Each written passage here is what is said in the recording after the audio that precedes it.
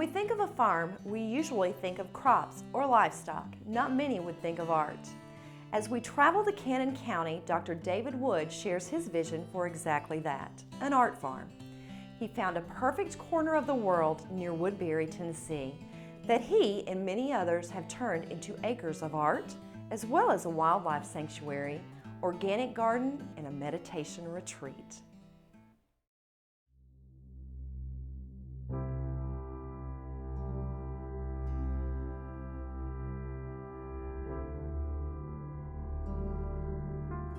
I taught philosophy in England for quite a while, and eventually I got offered a position at Vanderbilt just over 20 years ago.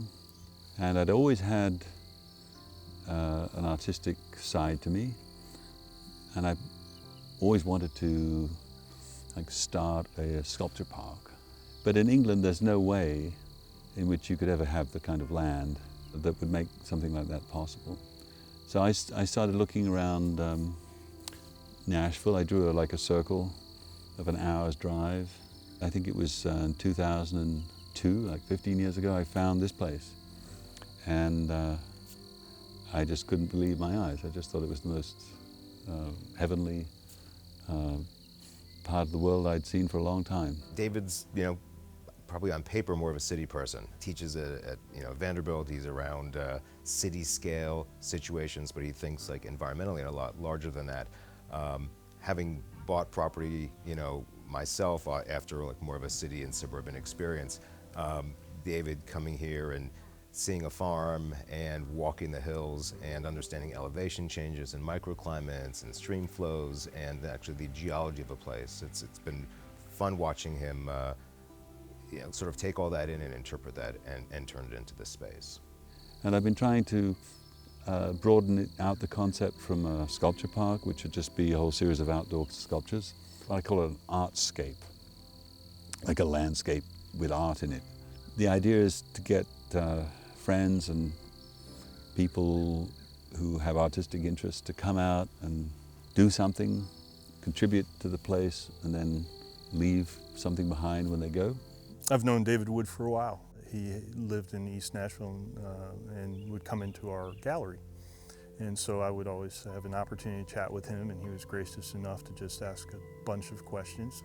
And over time, we got to know one another well enough. He said, well, I have property in Woodbury, come down and visit. So we did.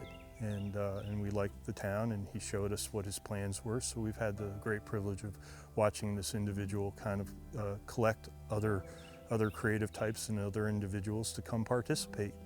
And it's been a tremendous thing to witness. What I love so much about what he's doing is not only does he have this incredible piece of property that lends itself to so much, David is so willing to share it with artists and other people for just to express themselves and give them internships. And that sort of opportunity really doesn't exist that much.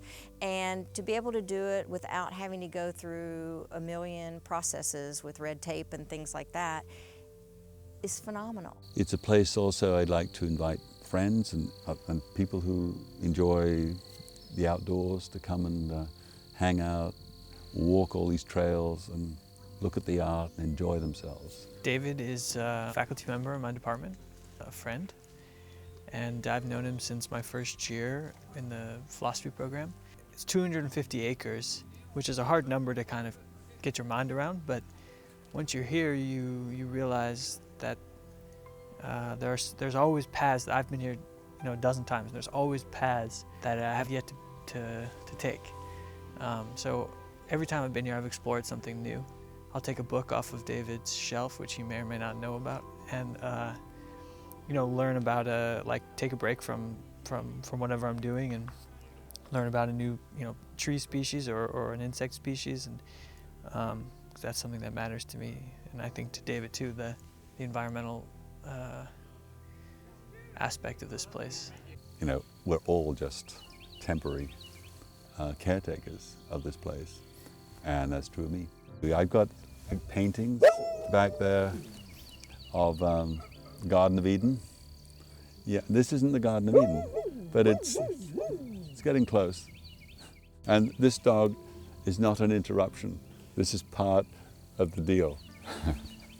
Yellowbird is a slice of paradise in Tennessee, which is one of the most beautiful places in the world. It's a place that invites reflection and imagination, just walking and talking and being with friends. And David's vision focuses especially around art, around trying to make this place a place where people will come and have ideas for things that they want to make and do. And the slogan for Yellowbird is, "Let it happen." And that's what it means. It's about an invitation to let it happen. I'm not trying to create paradise. I think I've found paradise, and I'm trying just to tweak it a little bit and then share it with people.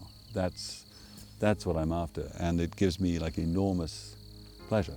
It's realized a kind of a dream of a really positive, synergistic relation with the natural world.